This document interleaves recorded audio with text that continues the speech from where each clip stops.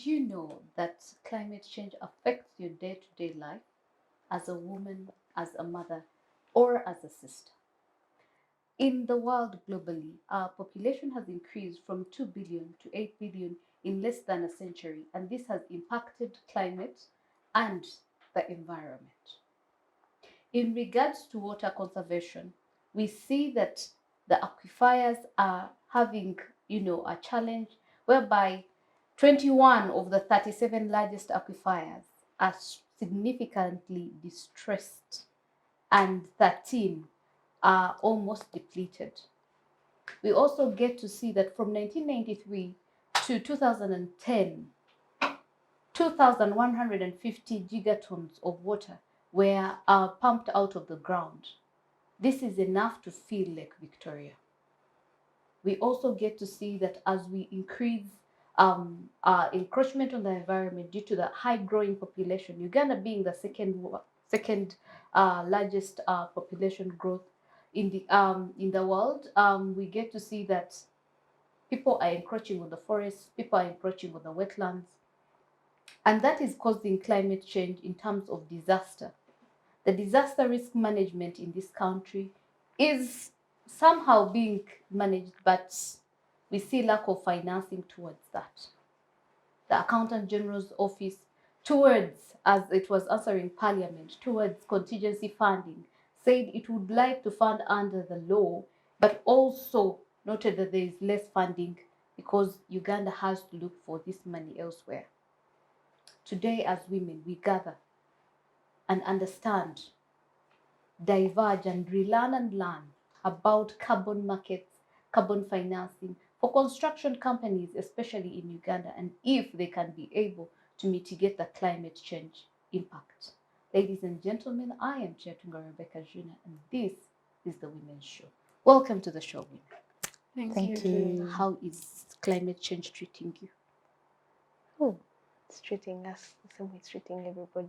We're feeling it. In simple terms, what would you tell a woman out there what climate change is, Belinda? Climate change is the most, I don't want to say it's most immediate, but I think, I know that it is the difference within the patterns of the climate that we knew then and what's happening right now. It manifests itself through probably the changes in the seasons and very many other ways, but it's not what we knew growing up. I don't know if that makes sense. Yeah. In your area of work, how do you focus on climate change? Give us just a bit of a background about yourself and the area of your work. All right, so I'm Belinda Virunji. I'm the communications officer at Treescape Planet, UG. So our area of work is really about to create awareness and empower civic communities for them to be able to take hand and take part in the whole climate change and finding solutions to the effects that have been caused by climate change. How do we work with women? Very many of the women, probably towards half of the farmers, are women, and yet they lack a lot of access to credits. They lack access to things that can make their work a lot more easier and profitable for them. So in our line of work, we empower them. We provide them with like trees, and we do our work through probably agroforestry, reforestation, and afforestation itself. So when we work with these women, we provide them with trees to be able to replant them, but we also teach them the importance of taking part and taking charge of the decisions they make to be able to profit through the whole situation. Okay, thank you so much, Belinda, and I'll come to you, Bonita. Welcome to the show, and give us a bit of background of kind of the work you do with the women, and also highlight on the role of women towards mitigating climate change effects. Thank you very much. I'm glad to be here today. I'm called Kotanise Bonita, the programs coordinator for Treescape Planet organization. Basically, our role that we do, or our work that we do, basically we are looking at how do we empower our rural women, how do we empower our young girls to make sure that they benefit from the effects of climate change. Not benefiting, but make sure they mitigate with the changes of the climate change. Because climate change, you realize it's affecting not only the the women, but also the girls. So we need to make sure that these girls are empowered through education awareness. That is basically what Triscape is looking at, education awareness, environmental education, that this should start right from the childhood, right from the child to understand that if I plant a tree, how will it become a life to me? That is why we focus on plant a tree, plant a life. So this girl in school will be able to know that if I plant a tree, in 1 or 2 or 3 years from now, it will be beneficial and it will help to mitigate the effects of climate change. Say things like soil erosion, look at things like providing you with shade, providing you with fruits. So basically our role that we are doing, we are making sure as Triscape to empower these rural women, to give them the resilience that regardless of the effects of climate change, they can still provide for their families. We are looking at how we can tolerate the zero hunger and realize if there is hunger in the community, then the woman is mostly affected, plus her children. So our role here is to empower the rural women mostly, to give them the resilience to hold on and make sure they understand that the effects of climate change are real and it's time for it to stop, and to make sure we advocate that as a world as a whole, that we make sure that our climate is back to the normal of what it used to be. Thank you so much, Bonita. I'll come to you, Fiona Bonawana. We get to see that there is a lot of activity that we are saying the women should take lead in this, but we get to see that the men are at the forefront of leading the destruction of the environment. How do we work with men to ensure that we mitigate these challenges, but giving us based on your background at your work?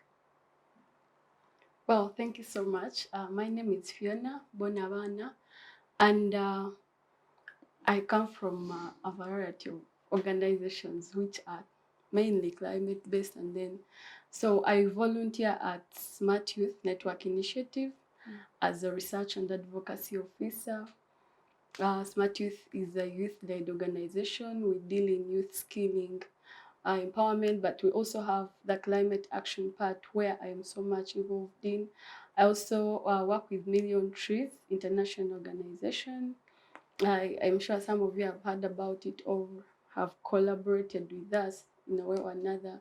So we are into climate smart agriculture. We are also into waste recycling. Yeah, so I also recently got an appointment to the Youth Sounding Board. Wow, congratulations. Thank you so much. So there I basically was appointed or was selected because of my climate-related activities.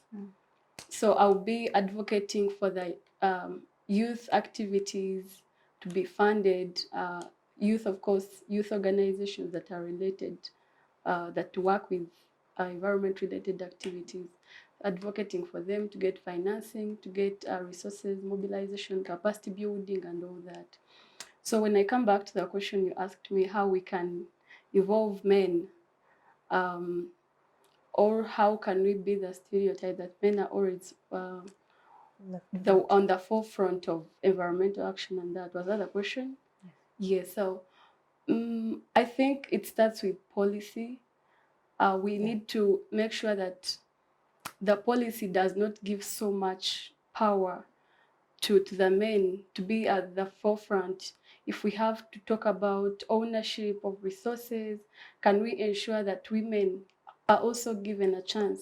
Because in our communities, in our societies, we have a perception that men are the leaders. The land is owned by a man. As a woman, you don't have access to land. So we have to first beat some of the stereotypes to make sure that women work together or come at the forefront as men have been doing in fighting, especially in fighting climate action. If women are given a chance to maybe own resources, to be the owners of land, property, they are given a chance to ensure that they play a big role in mitigating climate action. I mean, climate change. Thank you so much, Fiona. one of the things that we need to understand that climate change has an impact on the environment, and most of the times when climate change is happening, it's because of the things we've done due to the population. And currently, we are seeing people encroach on wetlands. We're seeing people encroach on forests. We are seeing people encroach and build towards where the mountains are and the hills are. And this has led to climate-related disasters like floods, river banks flooding. We also see that we have constructed and then channeled where the water is supposed to pass. And for me, it goes back to our planning process. It goes back to how do we just, tame our population in terms of, yes, we are many, but how do we ensure that we can live within our little means? The Baganda in Uganda Kingdom here in Kampala, you find that they had a god for the water, the god for the trees. Why? Because that was their way of ensuring that climate change mitigation strategies are there, that you do not encroach on a certain tree or something will happen. What can we do, Antiu Bonita, as Ugandans, copying from the Uganda culture in regards to mitigation, prevention of, overpopulation, invading onto the forest cover, onto, the swamps. People are building in swamps. Thank you very much for that question. Just like you've said, most of the effects of climate change have been due to the increased pressure on our land for settlement, land for agriculture, land for industrialization. So now is our time. I think it's time for us to wake up as Ugandans or the world at large. It's time for us to wake up, and this basically, back to your question, what can we do now? It goes back to, like Bonabon had mentioned, policy restructuring. It's now our housing sector. You can do better than this. Or because you realize all the drainage have been blocked because someone wants to put up a house. So now is the time, housing structure and the infrastructure, to wake up and make sure to approve the policies that are right, to approve these housing plans that are right. And then also it goes back to the part of advocacy. What have we done as a community? What have we done as a nation? I think realize on Thursday, 6th June, there was the Women in Climate Change Conference, and Honorable Christine emphasized more on what can women do to make sure we are looking at the equality and making sure we deliver these messages better to our counterparts, be the men, be the young girls, be women, everyone to be involved in this. And now is the time. Actually, she emphasized that how about because everyone is now just planting trees anyhowly. So now how about we emphasize more on planting of the pines? How about we plant more of the fruit trees rather than the pines and the eucalyptus, to make sure we tap, because realize when you plant those types of trees, they have the long tap roots. And these tap roots help in the soil erosion prevention. So it is our goal to also plant trees that are right for a certain area, to be sure we tap on some of the effects like soil erosion. And then also getting back to the community. I think realize years back, like you've mentioned, in our communities years back, we used to have bulungi bwansi. I think now we've skipped that part. I think now it's time to go back to the grassroots. Where have you left bulungi bwansi? When do people do the cleanups of their communities? Bonabanda mentioned that you do waste management. When are people learned? When have people been learned or taught how to do waste management, to make sure that whatever you have, actually it can be recycled to be reused for something else? So these are conversations I think we need to have more in our communities. We need to host more of the bulungi wansi. We need to encourage more people that actually your environment can be better, and it all begins with you. Thank you so much, Benita, and I'll come back to you, Belinda. We get to see that there is a lot of plastic out there that affects soil, quality of the soil, therefore in the long run affecting the quality of the of food produce that we do have. But we also see that it gets into water, because if we are going to have clean, reusable, good water for women to use, and we are having plastic, caveras dumped in drainage systems, we get to see that women don't get access to clean water. What would your recommendation be to government as a woman in regards to mitigating that? Okay, thank you very much for that question. My recommendation towards government is, first of all, I think we need to have the discussion with the women, and not just women in Kampala or like women downstairs or women like in the villages, because first of all, they most of them have no idea about what exactly is happening, and some of them don't even know the long-term effects of the decisions they take, and yet they make very important decisions in their homes because they buy the cavera, they dispose it off while their husbands are sort of like somewhere else. So because they're important decision makers, it's important that we have the discussion with them and tell them what's at stake and how it affects them, because because also I feel like very many people out there feel like climate change is like a far off thing, it will not reach us, and those guys will be fine. So the government needs to engage, as in rigorously engage them and tell them, hey, this is what's happening and it's time that we acted, and take charge and not dispose. And if you must dispose, please do it safely, not even just the cavera, the bottles, the sanitaries that we use, because all that line of plastics eventually ends up in the lakes, which doesn't do well with the climate change. So yes, I think we should discuss it rigorously. Okay, so I'm back to you, Fiona. We get to see, and I want us to focus around climate change related disasters and their financing to mitigate some of these things. The government of Uganda, through the budgeting process, allocates different funds to different sectors. But we know that the disaster risk management plan is rarely fully funded under the contingency fund. The contingency fund does not have a lot of money allocated to it. How then do we convince government that this is an important thing to prevent? Because it leads, climate change disasters lead to an increase in migration, they lead to an increase in refugee influx. But also we have seen that 200,000 people in Uganda get affected because of climate change related disasters. How then do we convince government as women, and with the current position you've taken at the sounding board, that it is very important to allocate these funds for this particular cause of prevention?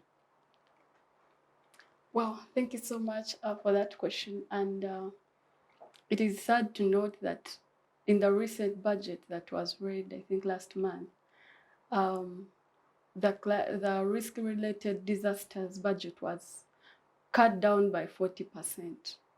So, but the risks or the disasters are continuing to happen. So I don't know how the government thought about it, but to work upon that, we have to involve stakeholders. We have to advocate for an increase in the budget, because I mean, after this dry season, because July is always hot, in around November we always have landslides in Bududa, we have floods in Kasese. If we do not advocate for a budget increment, I think it is going to be a big problem. And me, as a youth, as a woman, my role is to always, because I'm a stakeholder in this thing in the first place, so you cannot just keep quiet. If you keep quiet, your mother, your relative because these people that are affected by climate change related disasters are the vulnerable people, the elderly, the women that are in poor communities. So I find it very urgent that I have to advocate for women, not only women, for societies that are prone to these disasters at the end of the day. And it is through our advocacy, a collective voice of women, of young people, of youth, that we shall, maybe one day government is going to revise its budget and cater for the disasters that are happening, finding ways of mitigation, adaptation, and all that. Okay. Yeah. Thank you so much. I'll come back just straight to you, Belinda. We get to see that the Accountant General's office in regards to, in response to the funding of the contingency funding under disaster risk management, is that they need to fund under the law. You get it? They need to release and disperse of this money under the law. But what would you now, and that is the role of Parliament, to put up laws and bills. What would you tell members of Parliament? Because they say they appropriate funds towards this, but the Accountant General says, because they are a technocrat, that you need to do it under the law. What laws should they put in place around climate change, mitigation, and disaster risk management, so that it gives room for the Accountant General to appropriate to dispatch of under the law? And also Parliament, putting in mind that Parliament says it appropriates, but it's overruled by Ministry of Finance in regards to, you know, releasing funds. It can appropriate a certain amount and Ministry of Finance cuts it. And that will go to you, Bonita. What would be your message to the Ministry of Finance? Start with you, Belinda. All right, thank you very much. So my message, first of all, to the members of Parliament, because they're the legislators, so they make the laws. I feel like what they do, especially about the fund situation, we know that right now government is saying this whole thing of we don't have money. So while there's no money, the government needs to put the Parliament, members of Parliament need to put in place laws that, first of all, I feel like they should be restrictive. At the beginning, restrictive of people constructing in swamps and all these things. I know they're already there, but there should be a more rigorous law, which is actually implemented such that we see this, but also the law that says up to a certain point, we have to invest this much money in this. Because if we keep thinking we shall do it like off head, like, oh, maybe the climate change is getting worse, let's wake up and do it, it may not happen. Or it may happen, but like not right now. So maybe I think we should divert to the restrictive laws, and then we should ensure that these laws are implemented. Because implementation, I'm not even sure if we really need any new laws, because the laws are there. What really is lacking is the implementation. And we've probably sang this over and over again, but if things are not implemented, the laws are there, if they're not implemented, so maybe the members of Parliament should look more into accountability to see that the people that are supposed to overlook these laws and see that they're being implemented, that they're actually implementing them, that even people who are breaking the laws are brought to book. Otherwise, short of that, we can do all the laws we want, but it may never really yield the intended results. Okay. Yeah. Thank you so much. I'll go to you, Bonita. If Parliament is appropriating a certain fund towards contingency funding for prevention and mitigating climate-related disasters, and we are having the Ministry of Finance slash that budget and say there is a working budget, what would you, as a woman that is getting affected by climate change impacts or working around climate change, say to the Ministry of Finance in regards to funds allocation? Because whereas we are saying we increase awareness, we do this, it has to have a working budget. You cannot just wake up and do certain things. And there are things that government can do, and there are things that we as human beings can do, or as citizens can do, under citizens' action. What would be your message to the Ministry of Finance in regards to budget allocation, funds dispatch of to particularly disaster risk management? Thank you very much. For starters, I would like to applaud our Prime Minister, that she's really pushing for environment conservation. And this comes hand in hand with, she has told us that actually our president that signed a document that allows for some of the ways how we can tackle this. So with such progress with our government and the leaders, we believe it's a step, one step at a time. We believe it's a step, and going forward, we believe our budget is going to be allocated to this climate change. If our Prime Minister, our President is aware that actually more trees are being cut for charcoal, and then they've restricted that there is no longer charcoal production. So this is really a step we are seeing. So it's a plus. So, but going forward, we are calling upon all leaders, all the parliamentarians, be it starting from the top to the grassroots. And also we are glad, even if we just get, because this budget allocation, it starts with the ministers or the parliamentarians themselves. Even if we just get 1 or 2 ministers who are really interested in taking upon this, it would really be our pleasure to see such things coming to light. Because for starters, we just have a few ministers or a few parliamentarians who are interested in these topics. For example, like Honorable Beatrice, I think she's one lady, Mama Mabila, who has really stood her ground from the word go, and she has really mentioned it, that our environment deserves better, that climate change has to be, that climate change effects are real, and this should be worked upon. So it's our call to more parliamentarians to come and join us and join our call, because climate change effects, they're affecting each and everyone. Everyone is involved. So it's our call and prayer to come and join the call, to raise more awareness that actually this is real. My hope is that when more people are on board, especially the parliamentarians, and because these things are happening in their different societies and communities, so but when they come on board, that means they'll be able to ably raise their voices in the parliament when they're looking out which fund can be slashed here and there. They have the reasons why our continuous fund for climate change is left at par the way it's supposed to be, and it is utilized the way it's supposed to be. Okay. Thank you so much. I'll push the question to you. What would be your call to Ministry of Finance? Because yes, Parliament appropriates funds, but there is a slash of budgets. What would be your call to Ministry of Finance in regards to this? Because let's look at the drought in Karamoja. Let's look at Ududa. Right now, the riverbank burst in Kasese. Yeah. But the budget is not speaking to the needs of such things. And even when the parliament has said, okay, go ahead and we have put this money and approved this budget, there is a working budget. What would be your call to Ministry of Finance as a woman working in climate change related activities towards the budget of climate change disaster risk management? Thank you so much. My call to Ministry of Finance would be to prioritize their financing. Let's not. We should give a priority to effects that or to impacts that affect society at the first place.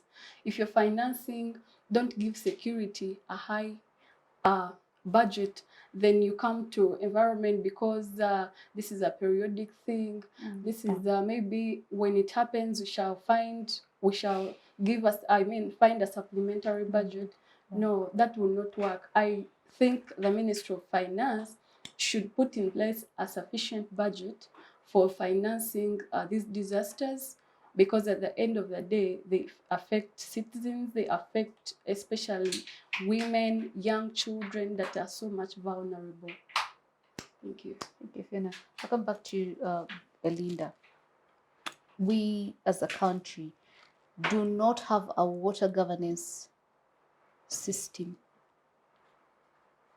And we get to see that globally, agriculture takes 70% of water withdrawals, both for irrigation, even for home use, I think.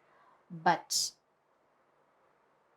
in the long run, we are not having a proper governance for water by this country in terms of rainwater harvesting, underground, pumping of water. Then we look at Lake Victoria at the moment. During COVID, Lake Victoria rose because most of the times we were not having a water governance structure that we would, not encroach and overtake a lot of water from it. But you saw it went back to its greatness. I think it healed from us and our disturbing it. But also now we get to see that the underground aquifers are also getting affected. So we are having the water that is in freshwater lake being affected.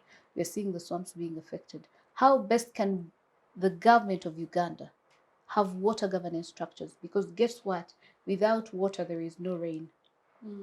Yeah. There is no forest. Yeah. There is no agriculture. Right. So how best can government of Uganda ensure, as a woman, you make your call to government of Uganda that we as women, these are our thoughts for you to be able to govern water in such and such a way. All right. Thank you very much. So first of all, I think the government needs to put priority the urgency that I think it needs to be treated with the urgency that it deserves, because this climate change is affecting us. I do not know. I struggle to find out if they have an idea of how much this affects us, because every time this climate change is happening, people are being, like, it exposes us to the gender-based violence a lot further. People are getting married a lot earlier than they should be. People are getting sexual harassed, and all these things are happening. So I don't know if they have an idea of how bad the situation is, but hoping that they do, the water governance needs to be given priority. Why? Because when this priority is given it to this, all these climate problems that are happening, probably like food security and all these things, do not affect the women as much. So the priority should be given in terms of budget, in terms of the discussions, in terms of the policy. While there could be a discussion, oh, maybe we don't have money, but there's like money to do other things. I'm not saying the other things should be neglected, but I think this should be squeezed in somewhere, because it's urgent and it's affecting people's lives and livelihoods. And if people's lives and livelihoods are not saved, then maybe the education and security doesn't serve its purpose so much if we're not alive. Yes. So I think the priority should be the key thing in all its different facets, financially, policy-wise, discussion-wise, and going forward. Okay, thank you so much, Belinda. I'll come to you, Bonita. Bonita, we get to see that most of the times when people talk about climate change, people think it's trees, planting of trees, deforestation. But we have a lot of ecosystem destruction. We have soil, we have air, all these things. Basically, those people that studied geography, Natural resources. It's much bigger than that. You can get a revision of your class of what you would study with. That will give you the great impact of climate change on geographical sites and features. How best can we tell women that it's not just about trees? Yes, trees have a very important role in terms of forest cover, but it's not just about trees, because you're going to tell a woman that there is soil pollution and she doesn't know what soil pollution is. So I want you to break for us down the different things that women need to focus on that affect them when they are dealing with pollution, when they're dealing with climate change. So that a woman out there can know that if I'm doing ABCD, it's going to result into a climate change impact. Thank you very much. For starters, Treescape Planet Organization, one of our objectives, we are looking at building resilience of our communities. And our communities, especially, we are focusing more on these women, the women and girls, because we believe if they're consciously, environmentally built, then they can be able to mitigate all these climate change effects. So going back to your question, I believe for any woman out there, now is your time. Especially, remember, women make up 60–70% of the population-wise, and also the agriculture sector. So to all the women out there, this is my call to you, that climate change effects don't just stop at you, but they affect the entire society. So my prayer and hope is that you get to know that the effects of climate change cannot just be tackled by planting the trees, say the fruit trees, whereby you expect to get a fruit at the end of the day. No, there is something to do. There is also pollution, and pollution, I think, has greatly hit our society, which should be tackled. And this pollution is not just water, but there is also air pollution. Realize the women, especially the women who do the cooking, now is our call to you, that if you could, or if you can, please, you can look into other sources of fuel rather than just the wood, because you're releasing more bad airs. I can call them bad airs. Emissions. You're releasing more emissions that are really affecting our society. So my prayer is to you, if you could use other means, other sources of fuel. Say of recent, there is gas. It's a bit expensive, but it's something to venture into. Then we are looking at basically other sources. Solar is also there. So it is our hope to change the turns now. If you've been using the wood fuel, now it's time to turn to something else. Then also we are looking at the women all out there, the plastics you've been throwing all over the place, because most women do the grocery shopping. My prayer is that if you could at least get a reusable bag, which you're not going to throw away like the polythenes we are seeing every now and then. You've gone to the market and you have your well-crafted, reusable bag, that when I buy my groceries, I'm able to put them into that bag. That would be a step. That maybe every now and then, and most of this reusable bag, actually you can use it as many times as possible rather than the polythene. So also to my women out there, it's a call to you, because for some of the women, we call them the urban town women, who do the jogging, who like sipping on their water, on their juice. My call is to you, why use the plastic bottle of water, which you're going to throw away after? My call is, if you can get your own bottle that you can carry and even use as many times as possible. So a way of making sure that we recycle some of these materials that we are using. So my prayer is that more women, also my women out there, this is a call that, women, most of the times women are termed as the wasteful. Yeah, let's not waste a lot of food. Yes, it's very important. This food can be used or turned into something else. Say for example, if you're going to waste this food, use it for something else. Here we are using more of the 3 R's of sustainability. We're looking at reuse, reduce. Maybe Bonabana will even give more insights on that, because she's really very good at that. But this is my call to my women out there, that it's now our turn, because whatever we are doing, it's affecting us, and not just us, even our future generation. Okay, thank you so Thank much, you. Bonita. I'll come to you, Fiona, of the Youth Sounding Board, and I like the fact that a woman is part of that board. We get to see that despite the different things we're talking about of mitigating climate change, it has an impact on food security in terms of what people now can produce. The president last time in his State of the Nation address said we will produce, vastly across the spectrum. We no longer have to produce for Chida Choka.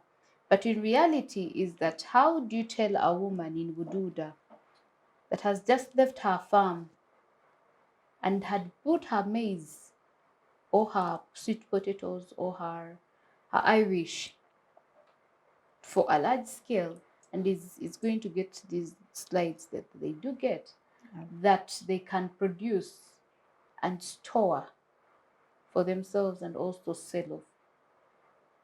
You get that? It's impacting climate change. Effects are impacting also on food security. Sure. And the president is saying, okay, let's produce very well and let's expand our production. Yeah. What would your call be to the president of Uganda, first and foremost, in regards to understanding some of these challenges and how they can be mitigated?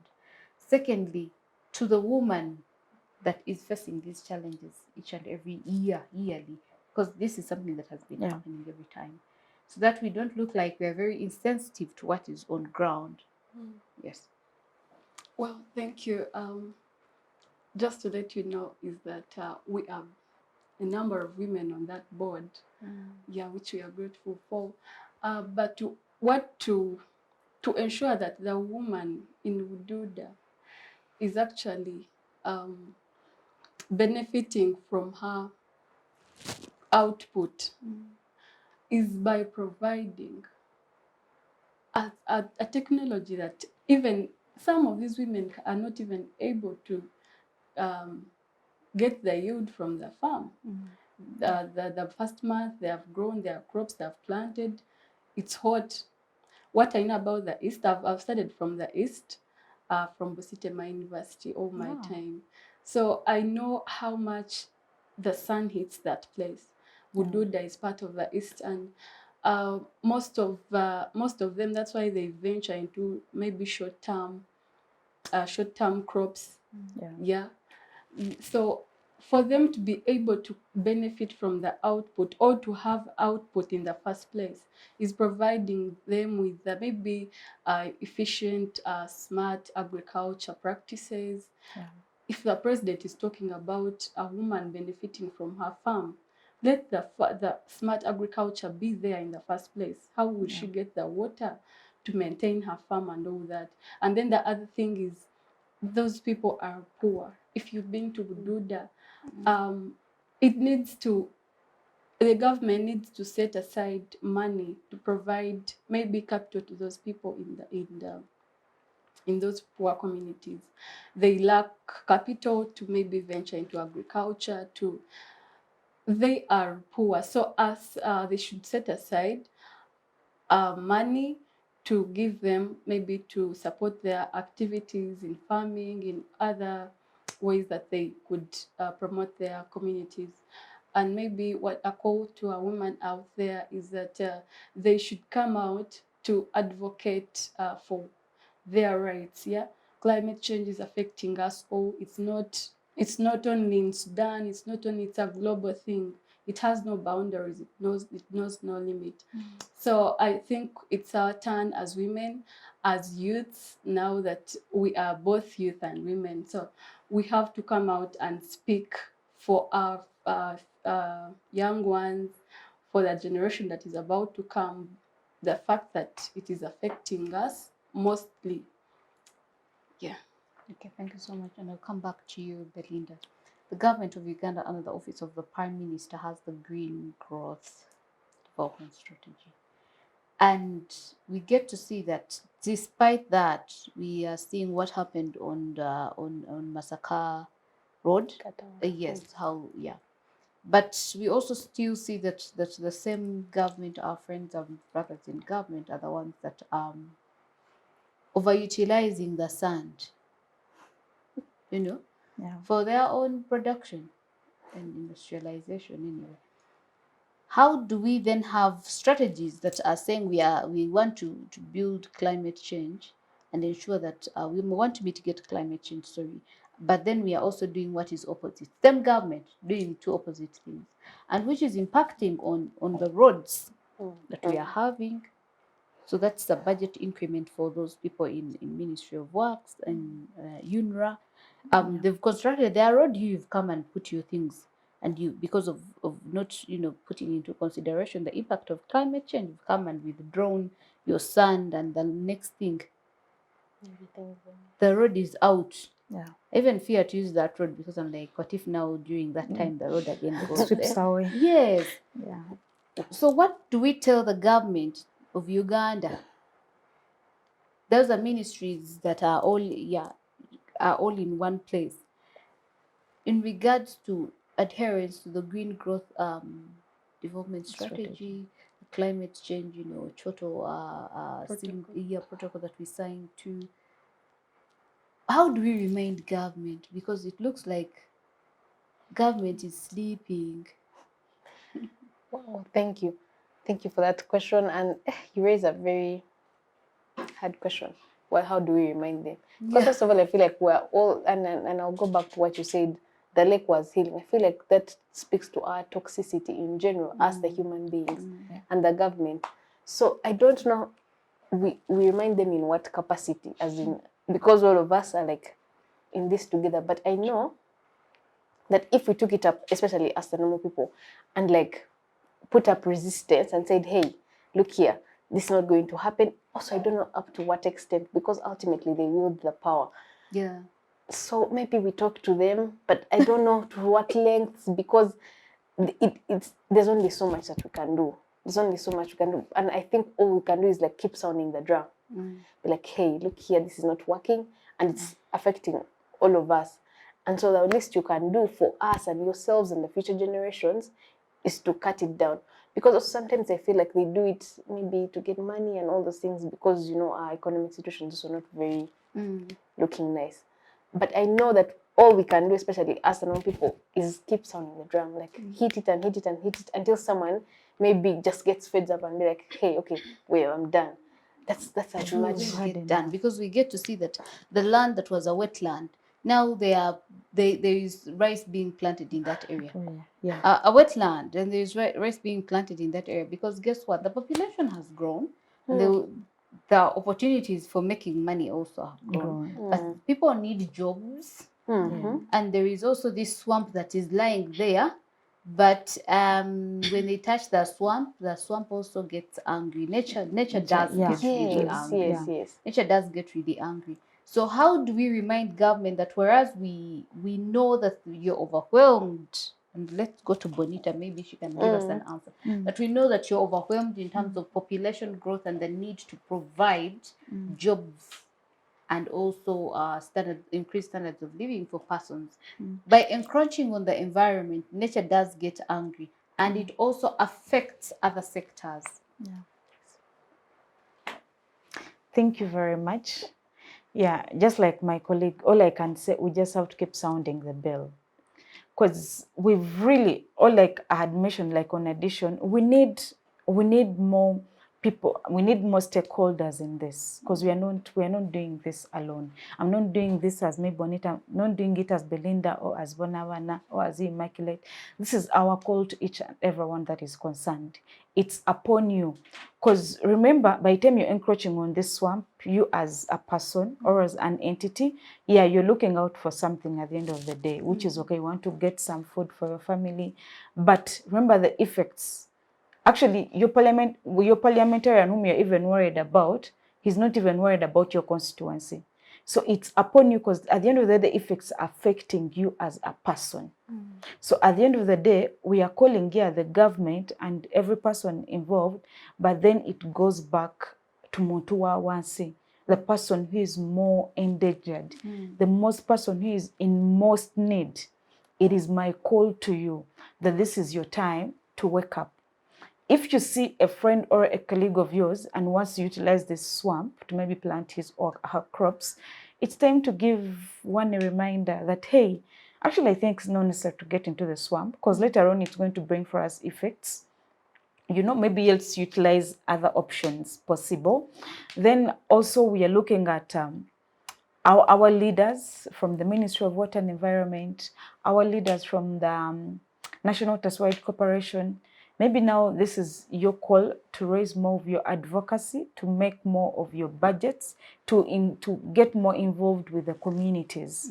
Because personally, I believe when you're more involved with your communities and you're making them aware of this every now and then, it sticks with them and it grows with them, and they get to know. And it doesn't just stop at reminding them, but also giving them options. Say you're taking people from the swamp who have just planted in the swamp, because we always have vast land that is available that is not in the swamps, but there is vast land and which can be settled on, which, because we've seen these things happening, they always pay out people to get into other areas.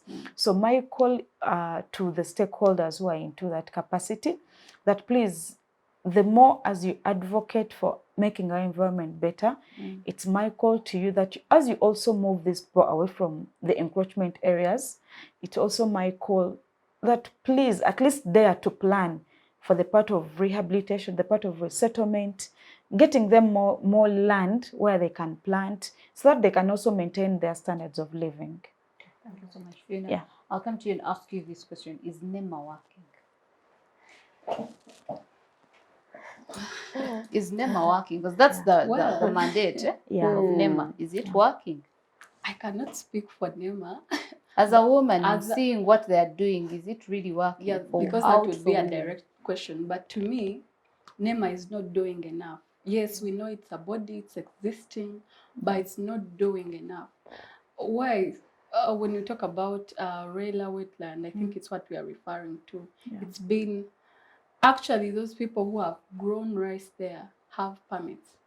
That's why it has become hard for the parliamentary committee, I think, on environment. One day visited that place and then they said, but we have permits. If you have to vacate us, refund our money.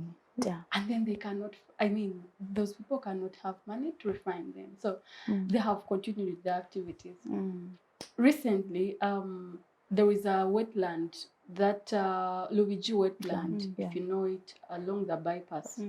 So I think 2 years back, there was a place called Durufula. They established it recently. Yeah. Yeah. So it was totally a wetland. They filled it up with soil. I raised a call to Wakiso District because that place is in Wakiso, to the Environment Department. And then they said, we can't do anything. You see, that wetland was backfilled in the night. We tried to talk to NEMA people.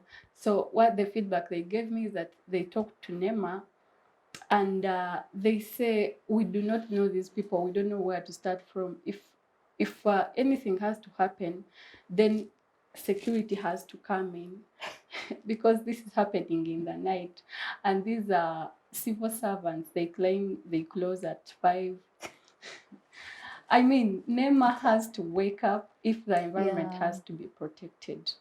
It is, I may say, their activities are controversial. They'll go to a place, find it destroyed, a wetland, then they'll blame the local authorities. But when you go back to authorities, you inquire what happened. They'll be like, we raised a call to NEMA, and then the investors, they call themselves investors. They claim they have permits to operate in this area. So it becomes a bit tricky. So this is a call to NEMA, please. If we have to conserve our environment, if we have to ensure that yes, we need development, because these people that are investors, they call themselves, they need to maybe operate in those places, but can we promote sustainability? You cannot come and clear the whole place because at the end of the day, this is for your own benefit. Yeah, it is not even benefiting the society you're planning to carry out that activity. So NEMA is not doing its role. Yeah. Thank you so much. I'll come back to you, Belinda. What are some of the ways that through your organization you are mitigating climate change impacts with the women that the audience out there can borrow? We're doing a number of things. First of all, we're creating awareness, because awareness is the first step towards very many things. What you don't know, you can't fight. What you don't know, you can't get head on. So when we create this awareness and we're telling them this is happening, this is how we can do it. And then also we're looking out for the knowledge transmission, like the community-based transmission, because us, when we sit here and we go and tell them, they may feel like, are you guys not interested in this? Are you sure about this? But when we tell one person and ensure that they are passing on the knowledge to one another, it becomes more trustable. So through our organization, we're taking on the mantle to teach the young girls in the schools and everything. So when we teach them, then they can go home and tell their parents, the other members of the community, that this is happening and this is how we can mitigate it. So also we go to the farmers and we're offering solutions and all these things. And we're ensuring to remind them that you have to tell other people, because us, we can only do so much. When we sit here and say, hey, this is happening, we can only do so much. We're limited. But the one person, each one is more effective. So when we teach, we tell them to teach. But also when we provide the solutions, probably we're giving them these trees. And we're particularly focusing so much on the tree planting and everything, because it's just the facet that us we can work on. Other people can work on other things. So when we provide the trees and they do it, they learn, but also they benefit. And so it also enables them to get involved further, because, okay, maybe if I plant the tree, I'll get the fruits and everything. So maybe there's something in it for me. So that's what we're doing.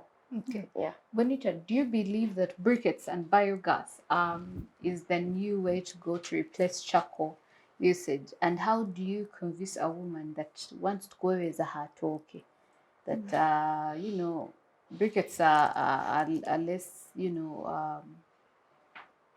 less expensive, but in reality they're very expensive compared to charcoal?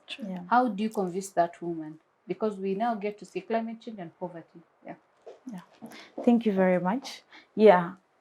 Personally, how can you convince that woman out there that actually briquettes are affordable and actually you can create them yourself? That's biogas. Yes, briquettes are possible, even biogas are possible. You can actually do this yourself from your own home, actually, because briquettes, realize they're from the decomposed, the rubbish that we usually throw away. get your rubbish, mix up a few things here and there, and then you have your briquette here with you. So that means if you can do something for yourself, that means it's achievable. And it's even reducing on the risks that at hand. All this garbage that is thrown away in the trash can every other day in the dustbins that are piled up each and everywhere. It's now your time to utilize it, actually create your own briquettes.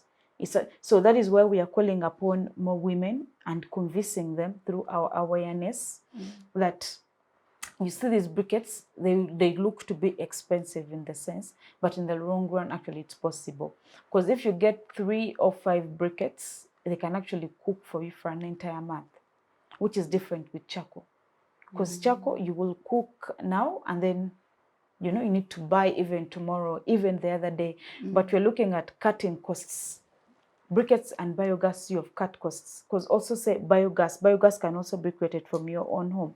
It's a bit expensive, okay, to get the materials and the tools to create your own biogas. But if you come and be a collective, because usually if you realize most of the communities, what they have done of recent from the grassroots, they've created groups. It's a collective of 5 to 10 individuals, say women, and these are women groups, and I applaud them for them. They're doing quite amazing works. So for example, if you visit Bwaise, from the grassroots, we are seeing these women groups that have created these groups, and these groups that are teaching people how to make your own briquettes, how to create your own biogas. So through this collective, actually these women create these briquettes and then they can sell them at cheaper prices. So if you're worried at the costs, that means you can get these briquettes at a less cost. And then also the biogas, they have been provided with the tools so that they can be able to get this biogas. So you find that each and every home, they have also picked a leaf. So my call is for more women, because women were into the sector, we are the ones who are into the cooking, more into the housework. So my call is to join more of these campaigns, all these communities that, even if you hear, because most of the women, it's claimed they're laid back, they want to be spoon-fed. So my call is, even if you hear one or two of your women in the community, your leaders, they are calling upon for this awareness campaign to come and learn how are briquettes created, how is this biogas created, and how is it beneficial to me. It's my call to you, when that awareness campaign comes in your region, kindly come onto and pick a leaf and learn, because in the long run, it's the way to go. Because charcoal is no more, and it has become more expensive. That is the reality. For the urban sectors, you all know, charcoal is now more expensive. And yet for a briquette, you can utilize it as many times as possible. Okay. Yeah. I'll come to you, Fiona, and I would like you to share about how best we as women can be at the forefront of climate change mitigation. Wow, thank you. How women can be at the forefront of climate action. First of all, we have to stand out. We cannot be at the forefront when we are in our kitchen, when you're not doing productive things. To be heard is to stand out. Yes. Yeah. If you have to be heard, then you have to speak. First of all, you have to speak. Yeah. So I have a feeling women have to wake up, work together, because when we work collectively, it's when the voice becomes more amplified for maybe the actors to come out of their comfort zones and then understand that these women are facing a challenge. They cannot find affordable, like Bonita was saying, they cannot find charcoal affordable, and then we have to transition from charcoal to maybe efficient ways, briquettes and all that. That also calls for government action to maybe subsidize, because if a woman cannot afford that, that means they will run back to their traditional ways. So I think the government also has to come up, subsidize some of these efficient or modern ways, because those are smart climate related ways that we can mitigate some of the emissions. When you use a biogas, it's not like it's purely efficient, yeah, Yeah. rather than using maybe your charcoal, which is going to cause you red eyes and breathing problems and all that. So I find it very urgent for government to come up with a subsidization fund, maybe to help these women afford that service. Then also women have to get themselves to work, to action. Yeah, if we are talking about climate action, we have to stand out, come out, and if it is a group of 10, then teach other fellow women how to do this thing. Don't just be an awareness raiser. Yeah, we have to also be actors in the first place. If you're talking about ways of coming up, ways of recycling waste.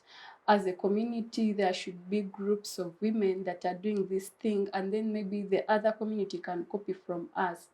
For example, at Million Trees, yeah, we have a waste recycling plant, yeah.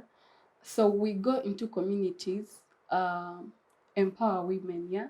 We give women a small money, they collect plastics from their communities, from their homes, plastic bottles of soda, water. Then they collect them at one place.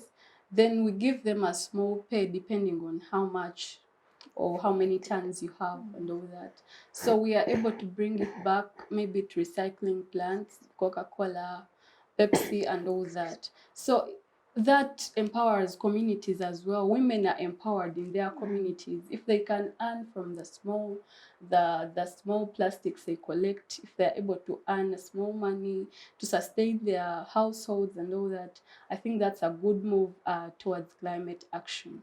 Okay, thank you so much, Fiona. And we come to the end of the show, and we are so grateful for you having joined us today. And one of the key takeaways that we would want to remind government is one, ensure that each district has a weather forecast station to have monitoring tools to monitor the weather, to monitor the climate change, so that there is reporting given onto the meteorology group. We also believe that government should speak one voice in terms of projects, because we cannot have NEMA speak something differently and then we are seeing also OPM speak something differently. It should have one voice in terms of climate change, so that these climate change strategies or mitigation strategies are adopted in the work plans, and to ensure that if people are constructing a road, there is a climate change mitigation strategy. We look at Ministry of Works and UNRWA and road construction companies that are, digging the roads, and reminding them that when you dig for stones that you're going to use in road construction, please ensure you plant the trees where you've dug, or else put something that is a climate change mitigation strategy. Also remind the president that women face climate change impact differently, and therefore it increases their levels of poverty and also leaves them in the economic injustice bracket. And therefore, the mitigation should target women, and women should be at the forefront. For places that have drought, we advocate for having cloud sourcing, so that we can be able to have rain come in that area. And that means that we need to invest in science and technology to ensure that we have cloud sourcing, but also carbon financing markets, because we see that most of our markets, most of our construction companies and road construction companies are not getting to get carbon credits. Most of these loans that are given to construct roads in Uganda, they are given to the contractors that are coming from abroad. So that leaves out our construction, our companies to be able to even learn new strategies and also compete in the carbon markets. And to the citizens out there, it's my call to you to be able to take citizen action, to understand that the disasters that are there, and know that if you're supposed to get out of a place as early as possible, do not wait for government to do that for you.